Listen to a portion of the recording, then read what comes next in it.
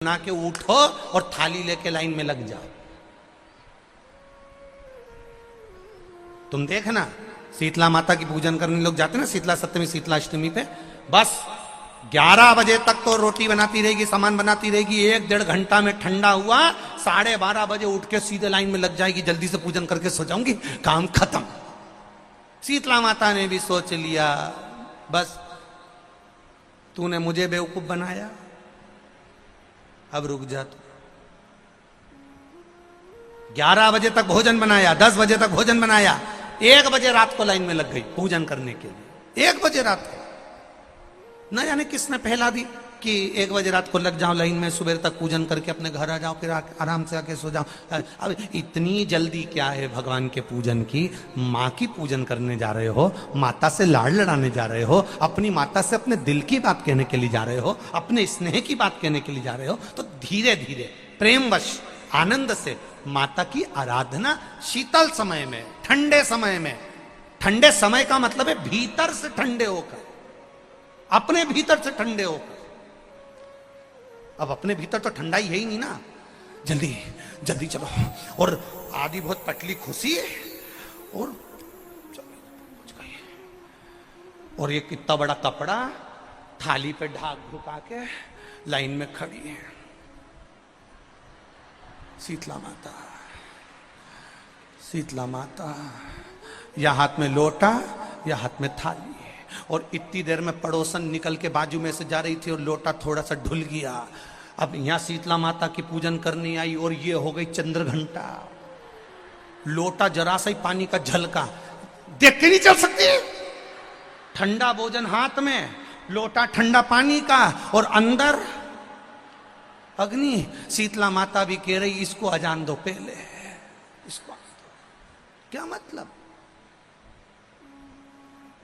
भीतर से शीतल होइए, भीतर से ठंडे होइए।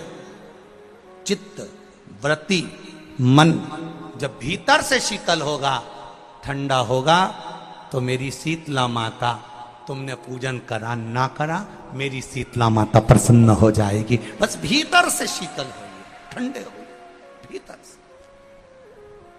नेत्र के अश्रु से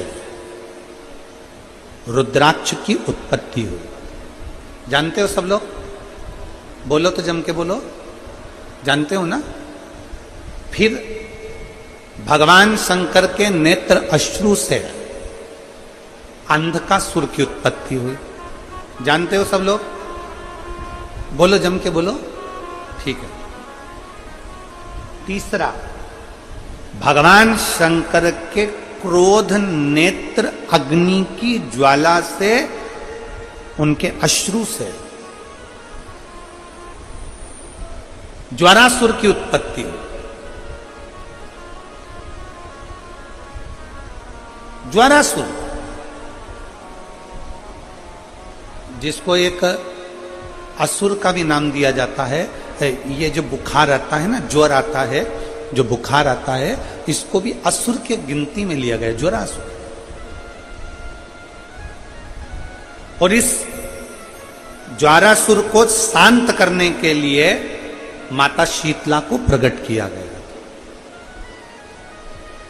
और आप गुरुग्राम वासियों के लिए तो बड़ा सौभाग्य का विषय है कि मां शीतला आपके गुरुग्राम में आशीर्वाद देने के लिए सदा विराजमान रहती है। बोल शीतला माता की, शीतला माता की। मां इस गुरुग्राम में माता शीतला अपने भक्तों के आशीर्वाद देने के लिए सदा विराजमान है। ज्वारासुर को शांत करने के लिए मां शीतला को प्रकट होना पड़ा था। का जो पूजन का विधान है, उस विधान में कोई गर्म चीज की महत्वता नहीं है क्या? कोई गर्म चीज की महत्वता?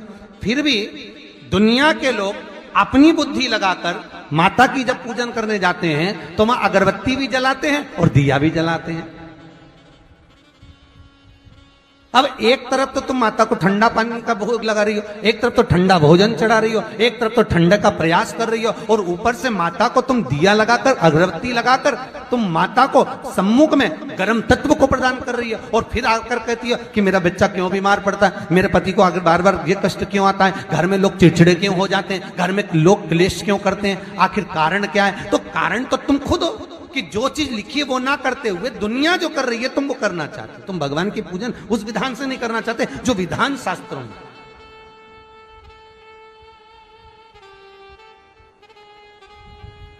जो शास्त्रार्थ विधान कहता है। महाराज, शीतला माता की पूजन में कहीं ऐसा लिखा है कि तुम दिया लगाना, अगरबत्ती लगाना? शीतला माता की पूजन में लिखा है 1 लोटा पानी लेना, उस जल में पुष्प आदि लेकर माता को ठंडा भोजन का सुंदर भाव से माता का स्नान कराकर पूजन करना, अर्चना करना, कुंकू, चावल, रोली, मोली जो चढ़ा सकते हो, चुनड़ी, वस्त्र आदि जो चढ़ाना हो चढ़ाओ, पर यह नहीं लिखा कि तुम दिया भी लगाना कि अगरबत्ती भी लगाना, क्योंकि गर्म तत्व मत चाहिए माता, वो शीतल है, शीतला। और अगर तुम दिया लगा भी रहे हो, मान लो दिया अगर तुम लगा भी रहे हो तो उसके सम्मुख ना लगे, उससे दूर, बहुत दूर। लोग कथा में श्रवण करे हैं पूर्व में, हनुमान गतिमान रतिमान मतिमान वर्तिमान, ऐसे हनुमान जी के कई भाई हुए, कई भाई हनुमान जी के हुए। और हमने पहले भी कहा है, जिसकी फैक्ट्री ना चलती हो, बहुत दुकान ना चलती हो, तो हनुमान जी के पांव का थोड़ा सा सिंदूर लेकर, यदि उस सिंदूर को किसी भी फैक्ट्री या दुकान में हनुमान जी के छोटे भाई गतिमान के नाम से अगर एक बिंदी भी सिंदूर की रख दी जाती है, तो वो दुकान और फैक्ट्री भी झड़ाके से चलना प्रारंभ हो जाती है। गतिमान हनुमान जी के छोटे भाई, एक हनुमान जी के छोटे भाई हैं मतिमान। जब व्यक्ति डिप्रेशन में जाता है,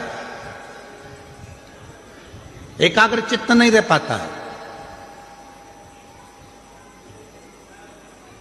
पढ़ने बैठता है पर एकदम मन नहीं लग पाता है, तो मतिमान का स्मरण किया जाता है, हनुमान जी के तीसरे नंबर के भाई का, मतिमान।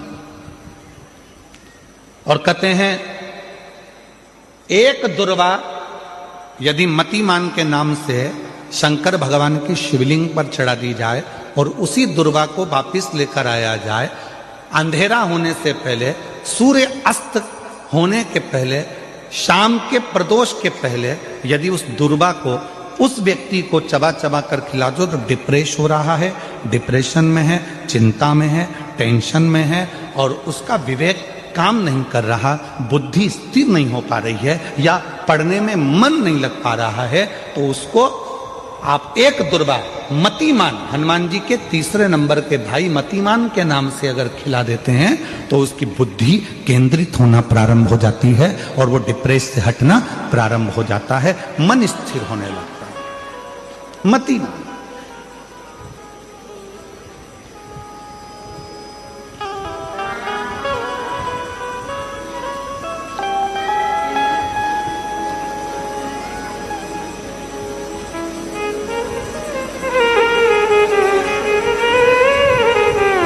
और एक नाम आता है व्रतिमान।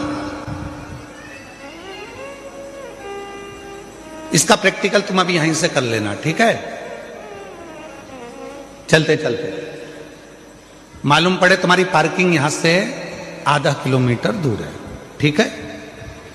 अरे बोलो तो जम के, आधा किलोमीटर दूर तुम्हारी पार्किंग है और तुम्हारी उम्र लगभग बहुत हो गई, मालूम पड़े तुम थोड़े वृद्ध हो गए हो और तुम्हारा घुटना दुख रहा है, तुम्हारी कमर दुख रही है, चलते चलते बड़ी मुश्किल से तुम कथा स्थल तक पहुंचे हो, अब मन में आ रहा है कि मुझे वापस पार्किंग तक जाना है, कैसे जाऊंगी, पाँव तो दुख रहा है। तो एक काम आज चलते चलते करना कि कहीं सीवर वाला महाराज झूठ तो नहीं बोल रहा है, तो प्रैक्टिकल करके जाना। क्या करोगे? यहां से जाते समय आप जब जा रहे हो और आपके शरीर का कोई अंग जब दुख रहा है, तो श्री शिवाय नमस्तुभ्यम कहकर श्री व्रतिमान हनुमान का स्मरण करो। किसका स्मरण करना है? जम के बोलो, व्रतिमान हनुमान। वृत्तिमान हनुमान का स्मरण करके कहीं पर भी बैठकर अपने पांव की छोटी वाली जो उंगली है उसको जम के दबाना और दबाने के बाद चल देना। जिस जगह पर भी दर्द हो रहा होगा मेरा बाबा आपको मंजिल तक पहुंचाएगा, दर्द होने नहीं देगा। कल नहीं करना, प्रैक्टिकल आज ही करना। काल करे सो आज करे।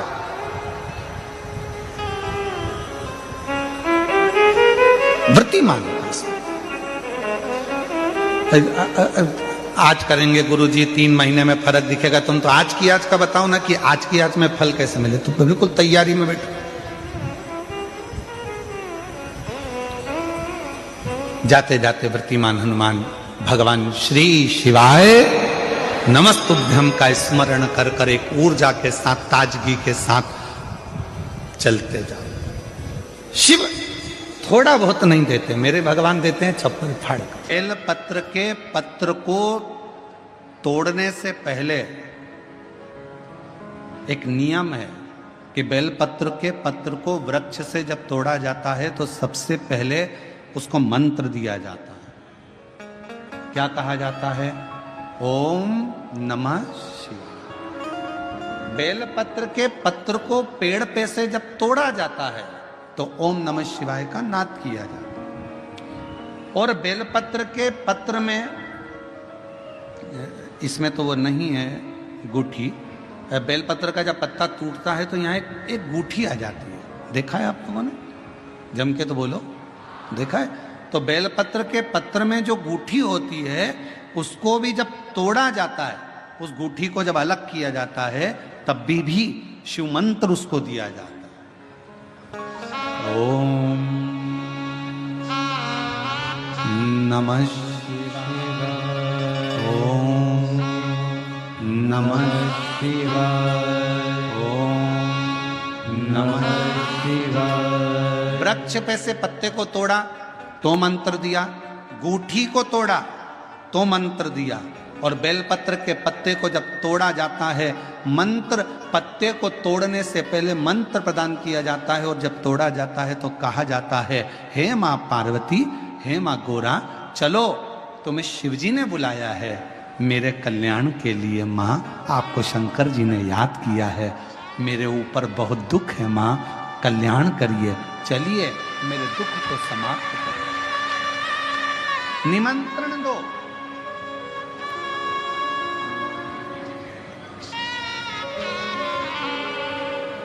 पहले नंबर पर क्या देना है? बेलपत्र के पत्र को तोड़ने से पहले जम के बोलो मंत्र। दूसरे नंबर पर क्या देना है? बेलपत्र के पत्र को चलने का, जम के बोलो निमंत्रण। मां पार्वती जी से कहो, हे मां गोरा, हे मां पार्वती, हे मां चलिए आपको शिव जी ने याद किया है। मां, हे मां पार्वती, हे मां गोरा, मेरे कल्याण के लिए, मेरे दुख को दूर करने के लिए, मेरी तकलीफों को हरने के लिए, हे माँ गोरा, मेरे कष्ट को समाप्त करने के लिए, माँ गोरा, मेरा भंडार भरने के लिए आपको शिव जी ने याद किया है, निमंत्रण दो।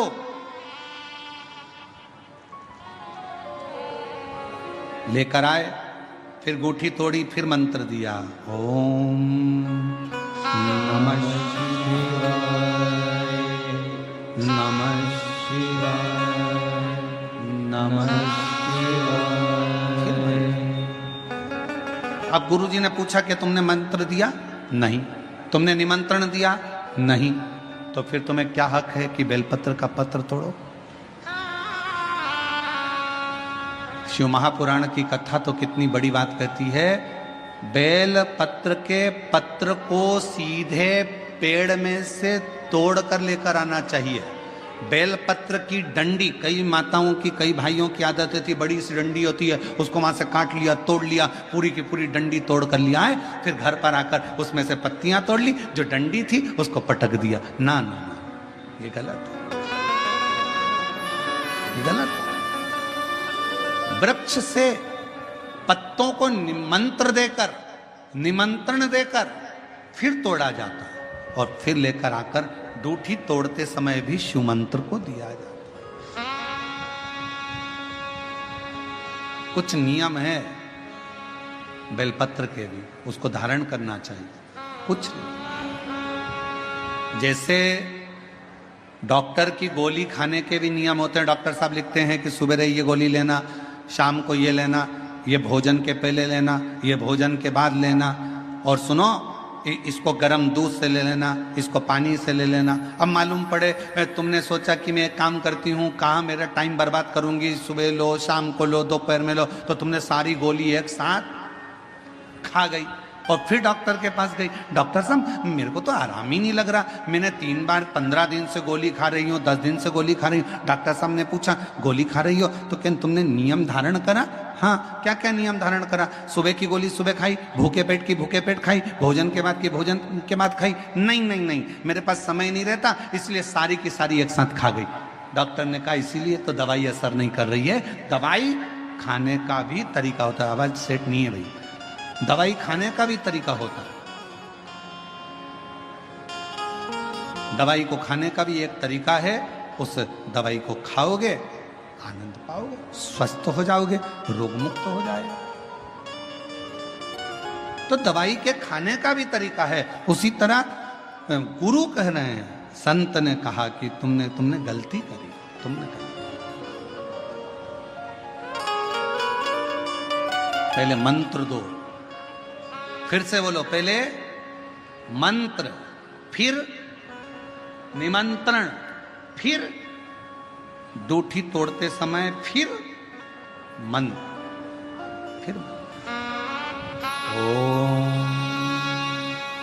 नमः शिवाय, ओम नमः शिवाय, ओम नमः शिवाय। फिर मंत्र के बाद निमंत्रण दो। माँ हे माँ गौरा, साथ में बोलो, हे माँ गौरा, हे माँ पार्वती, चलिए आपको देव अधिदेव महादेव बुला रहे हैं मेरे दुख को काटने के लिए, कष्ट को मिटाने के लिए, तकलीफों को मिटाने के लिए। माँ आपको शिव ने याद किया है। पत्र लेकर फिर शिव के पास चले। लाखों के दुखड़े जो तू हर गया डमरू वाले, मेरे दुखड़ों को देख कर क्यों डर गया डमरू वाले। चलो माँ, क्या तुमने निमंत्रण दिया? नहीं। क्या तुमने मंत्र दिया? नहीं।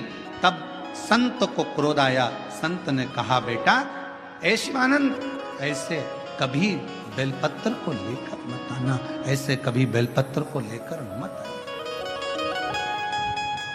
ऐसे कभी बेलपत्र। ठीक है प्रभु, गलती हो गई, क्षमा करिएगा। आप जब कृपा करेंगे, जब दया करेंगे, जब मेरा बाबा करुणा करेगा, दया करेगा, तब मैं फिर पुनः बेलपत्र को लेकर